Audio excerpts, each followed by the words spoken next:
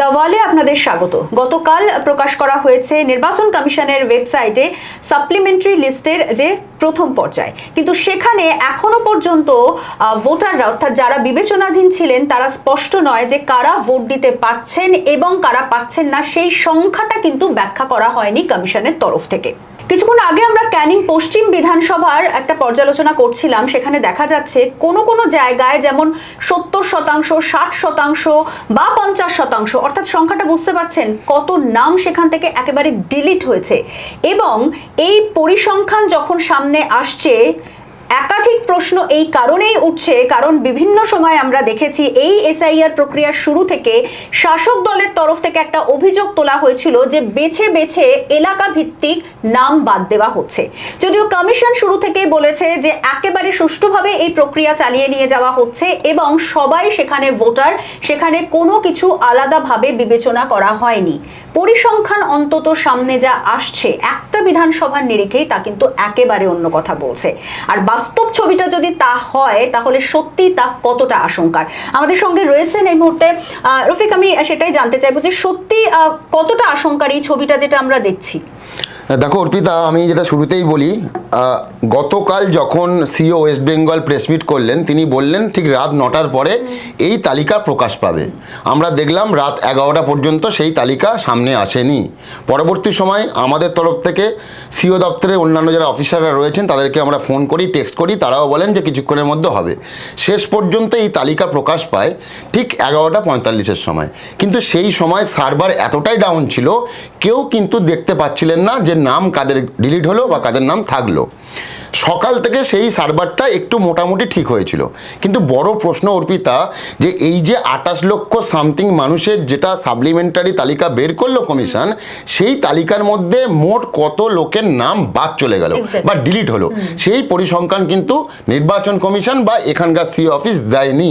পাশাপাশি কারা ভোট দিতে পারবেন সেই ফিগারটাও দেয়নি। তা নিয়ে একটা বড় প্রশ্ন উঠছে যে এইখানে যেখানে ভোটারদের একটা ভবিষ্যৎ নিয়ে প্রশ্ন রয়েছে, বিভিন্ন রকমভাবে ভোটাররা ভয় পাচ্ছেন, যাদের নাম ছিল আন্ডার অ্যাডজুডিকেশনের মধ্যে তারা স্বাভাবিকভাবে আতঙ্কের মধ্যে রয়েছেন, কারণ এ রাজ্যে ইতিমধ্যেই ভোট ঘোষণা হয়ে গেছে, তারা তাদের ভোটটা দিতে পারবেন কিনা তা নিয়ে কিন্তু আতঙ্কিত।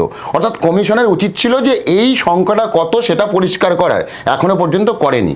এবার যে বিষয়গুলো নিয়ে প্রশ্ন উঠছে অর্পিতা, সেটা হচ্ছে নির্বাচন কমিশন এখনো পর্যন্ত কোন এলাকায় বা কোন কোন জায়গায় এই সাপ্লিমেন্টারি তালিকা প্রকাশ পেল তাও পরিষ্কার করেনি।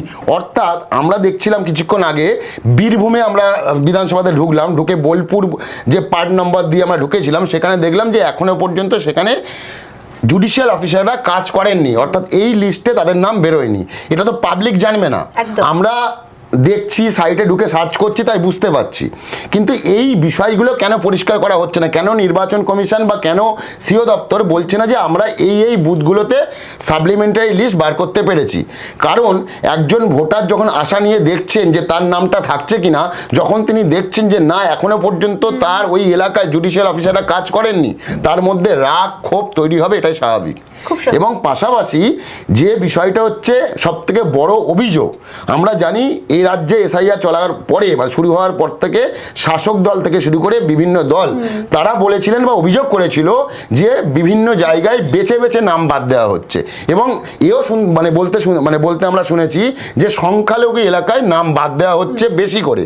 যদিও নির্বাচন কমিশনকে আমি ব্যক্তিগতভাবে সিও ওয়েস্ট বেঙ্গলকে প্রশ্ন করেছিলাম, তিনি পরিষ্কার জানিয়েছিলেন যে আমাদের কাছে সংখ্যাগুরু এরকম বিষয় নয়, সবাই আমাদের চোখে ভোটার। এবার যে বিষয়টা যে পরিসংখ্যান আমরা উঠে আসছে বা আমরা দেখতে পাচ্ছি ট্যালি করে, সেটা কিন্তু অনেককেই ভাবাচ্ছে। কেন ভাবাচ্ছে আমি এখানে একটু সময় নেব, আমি তথ্য দিয়ে বলছি। তুমি আমার পাশেই ছিলে, আমরা দেখছিলাম এই বিষয়টা নিয়ে, যেখানে দেখা যাচ্ছে যে একটা ক্যানিং পশ্চিম বিধানসভা, সাউথ 24-এর ক্যানিং পশ্চিম বিধানসভাতে আমরা ঢুকেছিলাম। ঢুকে আমরা কি করলাম, পার্ট নাম্বার 1 আমরা সিলেক্ট করলাম। করার পরে যখন দেখছি যেখানে লেখা রয়েছে যে সাপ্লিমেন্টারি ডিলিটেড, সেখানে সংখ্যাটা অর্পিতা 40, অর্থাৎ নাম মুছে ফেলা হলো 40 জনের। এবং সেই একই পার্টে যেখানে নাম দেখানো হচ্ছে যে নাম উঠে গেছে, অর্থাৎ ফাইনাল তালিকায় নাম উঠবে এবং যারা ভোট দিতে পারবেন, সংখ্যাটা কত তুমি শুনলে তুমিও অবাক হবে, সংখ্যাটা 17। একদম, মানে এই রেশিওটা থেকে বোঝা যাচ্ছে পার্টে যেখানে ভোটার হচ্ছে 40, 17, 57 জন, যার মধ্যে 40 জন অলরেডি ডিলিটেড, অর্থাৎ যারা ভোট দিতে পারবেন না। ভোট দিতে গেলে ট্রাইব্যুনাল সেখানে যেতে হবে, আবেদন করতে হবে, সেটা দীর্ঘস্থায়ী একটা একদমই প্রক্রিয়া। তাই। এবং তারপরে কখন তাদের নিষ্পত্তি হবে এটা আমরা কেউ জানি না। এই বিষয়টা সুপ্রিম কোর্টের নির্দেশে কাজ চলছে, কিন্তু এই যে ট্রাইব্যুনালে যাওয়ার পরে কত সময়ের মধ্যে সেই ভোটারকে নিষ্পত্তি করবে তা কিন্তু সুপ্রিম কোর্ট বলেনি। অর্থাৎ প্রশ্ন কিন্তু অনেক কিছু, অর্থাৎ যে ভোটার দেখতে পাচ্ছেন যার কাছে ডকুমেন্টস রয়েছে কিন্তু তারপরেও ডিলিটেড, তিনি কি করবেন ভেবে উঠতে পারছেন না।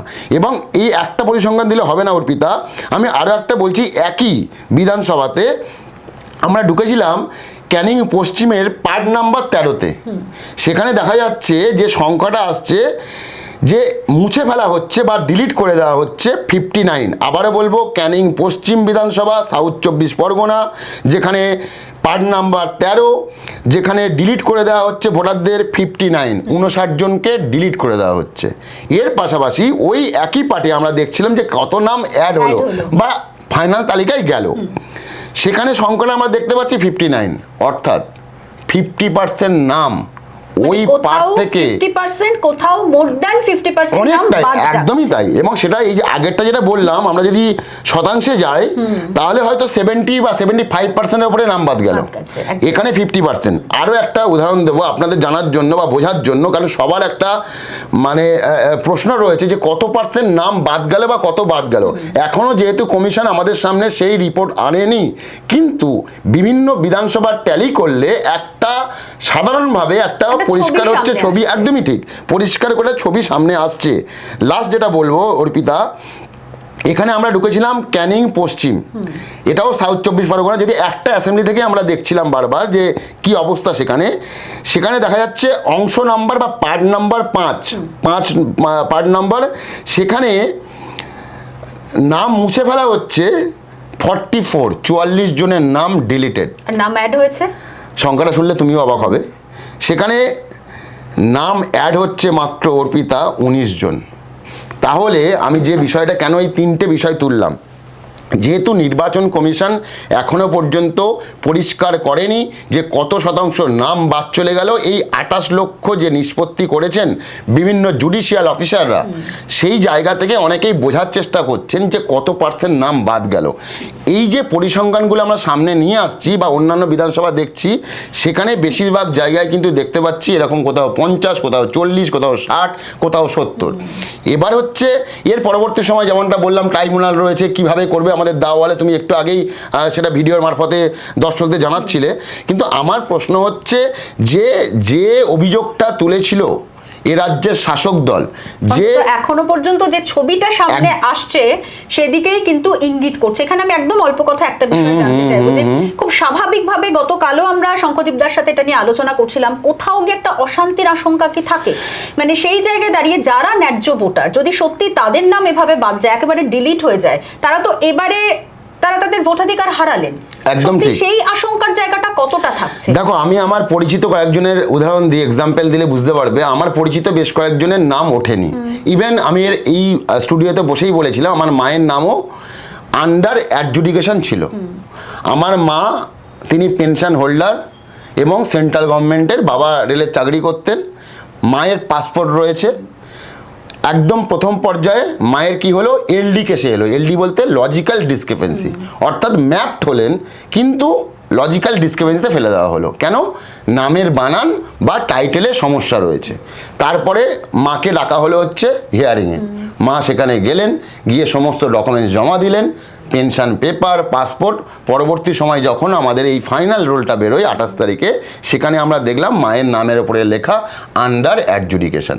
স্বাভাবিকভাবে প্রশ্ন উঠতে শুরু করে, যেখানে নির্বাচন কমিশন বলেছিল সর্বোচ্চ পেপার হচ্ছে পেনশন পেপার, সেই পেনশন পেপার তারপর পাসপোর্ট দেওয়ার পরে কেন আন্ডার অ্যাডজুডিকেশন? এই উত্তর কিন্তু আমাকে কমিশন বা ইসিআই দিতে পারেনি। পরবর্তী সময় যেটা আমার জন্য হয়তো ভালো খবর, অনেকের কাছে হয়তো এখনো পর্যন্ত অনেকের নাম পেন্ডিং রয়েছে, মায়ের নামটা আজকে দেখলাম উঠে গেছে। কিন্তু পাশাপাশি আমার বাড়ির আরও বেশ কয়েকজনের নাম এই আন্ডার অ্যাডজুডিকেশনের মধ্যে ছিল, কিন্তু এখনো পর্যন্ত পেন্ডিং। তারাও কিন্তু আজকে আশা নিয়ে বসেছিলেন যে আজকের এই লিস্টের মধ্যে তার নামটাও আসবে, কিন্তু যখন তারা সার্চ করে দেখছেন, সময় নিয়ে দেখছেন যে না, এখনো পর্যন্ত তার এলাকায় মানে জুডিশিয়াল অফিসাররা কাজ করেননি। কিন্তু এই সব বিষয় নিয়ে না মানুষের মধ্যে ক্ষোভ বাড়ছে। এবং পাশাপাশি তোমায় এটাও বলে রাখি, এই যাদের নাম ডিলিট হয়ে গেছে ইতিমধ্যে, এদের মধ্যে বেশ কয়েকজনের মাধ্যমিকের সার্টিফিকেট এবং অন্যান্য ডকুমেন্টস যেটা কমিশন বলেছিল সেই ডকুমেন্টস কিন্তু তাদের কাছে রয়েছে, তারপরে তারা ডিলিট হয়ে গেছেন। এখন তারা ট্রাইব্যুনাল যাবেন, সেটা কবে শর্ট আউট হবে, আদেও ভোট দিতে পারবেন কি না, কবে নিষ্পত্তি হবে, এই প্রশ্ন কিন্তু এখনো পর্যন্ত উঠছে। এবার এই যে রাগ বা ক্ষোভ থেকে বিভিন্ন জায়গায় ইতিমধ্যেই বিক্ষোভ শুরু হয়ে গেছে। এই বিক্ষোভ থেকেই সবে হচ্ছে অশান্তি।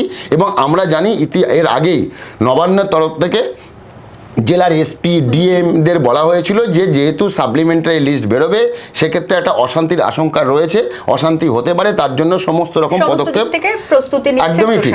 তো আমরাও চাইবো যাতে অশান্তি না হয়, কেউ চায় না অশান্তি হোক। অবশ্যই নির্বাচন কমিশন বা এখানকার যারা প্রশাসন তারা অবশ্যই বিষয়টা দেখবেন। কিন্তু আমার যেটা প্রশ্ন একটাই, যে কথাটা জ্ঞানেশ কুমার অর্থাৎ নির্বাচন কমিশনার তিনি বলেছিলেন যে একটা বৈধ ভোটারের নাম বাদ যাবে না এবং একটা অবৈধ ভোটারের নাম থাকবে না, সেইটা কি আদেও হচ্ছে, এ নিয়ে কিন্তু প্রশ্ন উঠছে। কারণ যে পরিসংখ্যান আমি মানে দেখালাম, এটা কিন্তু সংখ্যালঘু অধ্যুষিত এলাকা, এবং সেই সংখ্যালঘু অধ্যুষিত এলাকায় যে পরিসংখ্যান দেখা হচ্ছে তা দেখে কিন্তু অনেকেই ভাবছে তাহলে কি এই ট্রেন্ডিংটা বা এই ট্রেন্ডটা কি একদমই তাই, সেটা হলে কিন্তু ভয়ানক হবে। এখন দেখার বিষয়টা নিয়ে কতটা জল গড়ায় এবং এখানকার শাসক দল কি বলে। অর্পিতা একদম, এবং আমার প্রতিনিধি রফিক যেরকম বললেন যে কোথাও গিয়ে আতঙ্ক তৈরি করা কিন্তু নয়, আমরা এই ইনফরমেশন গুলো শুধুমাত্র দ্য ওয়াল থেকে আপনাদের সাথে শেয়ার করছি এই কারণেই যাদের নাম আমি তোমাকে একটা থামাবো অর্পিতা, একদম আতঙ্কিত বললে এই যেমনটা বলছিলাম, অনেকে সার্চ করে দেখছেন যার নাম ডিলিটের অপশনে নেই বা ফাইনাল তালিকাতেও নেই। একটু আগে এখানে নাম না নেওয়াই ভালো। একজন বিধায়ক যিনি ছিলেন বিদায়ী বিধায়ক, তিনি ভোটে দাঁড়িয়েছেন, তার নাম তিনি সার্চ করে দেখেছেন, তার নাম নেই। অর্থাৎ তিনি আতঙ্কিত যে তার নাম নেই, তিনি ভোটে দাঁড়াতে পারবেন কিনা। আমি এখানেই বলি, শুধু ওই বিধায়ক না, সাধারণ মানুষ যারা আতঙ্কের মধ্যে রয়েছেন আতঙ্কিত হবেন না, যাদের নাম দুটোতেই নেই দেখতে পাচ্ছেন। অর্থাৎ 100-এর মধ্যে 99% হচ্ছে আপনার এলাকায় জুডিশিয়াল অফিসাররা এখনো পর্যন্ত এই নিষ্পত্তির কাজ সেরে উঠতে বা কমপ্লিট করতে পারেননি। এই লিস্ট আবার একটা বেরোবে, সেই লিস্টে আপনাদের নাম থাকার সম্ভাবনা রয়েছে। আমি বলছি না যে থাকবে, কারণ যেভাবে আমরা দেখতে পাচ্ছি যে পরিসংখ্যান, তাতে সবার নাম যে থাকবে তা কিন্তু বলতে পারছি না আমরা। কিন্তু এই যে তালিকা বেরিয়ে গেল মানে আর তালিকা বেরোবে না এমনটা নয়। নির্বাচন কমিশন বা কমিশন সূত্রে খবর রয়েছে যে প্রত্যেক সপ্তাহে শুক্রবার করে একটা করে তালিকা তারা হয়তো বের করবেন। যদিও এর আগেও তারা অনেক রকম কথা বলেছেন, অনেক রকম ঘোষণা করেছেন, কিন্তু সেই ঘোষণা অনুযায়ী সব রকম কাজ হয়নি। যেমন তার জ্বলন্ত উদাহরণ, গতকাল সিও ওয়েস্ট বেঙ্গল নিজে বলেছিলেন ঠিক রাত 9টার পরেই এই তালিকা প্রকাশ পাবে, কিন্তু প্রকাশ পেয়েছে রাত 12টার ঠিক 15 মিনিট আগে। এবং এই তালিকা একদম শুরুতে বলা হয়েছিল কমিশনের তরফ থেকে যে সাপ্লিমেন্টারি লিস্ট বেরোবে গত সপ্তাহ শুক্রবার বা শনিবার, শেষ পর্যন্ত গতকাল বেরোলো এবং সময়ও নয়। একদমই তাই। এবং কোথাও গিয়ে আমরা আশা রাখবো আগামী দিনে সত্যি একজনও যারা বৈধ ভোটার তার নাম যেন বাদ না যায়, সেই দিকটা নিশ্চিত করুক কমিশন। এখন আর হাতে মাত্র অল্প কটা দিন আছে এবং নিঃসন্দেহে যথেষ্ট চ্যালেঞ্জিংও কমিশনের কাছে একেবারে সুষ্ঠুভাবে এই প্রক্রিয়া সম্পন্ন করার। নজর তো থাকবেই।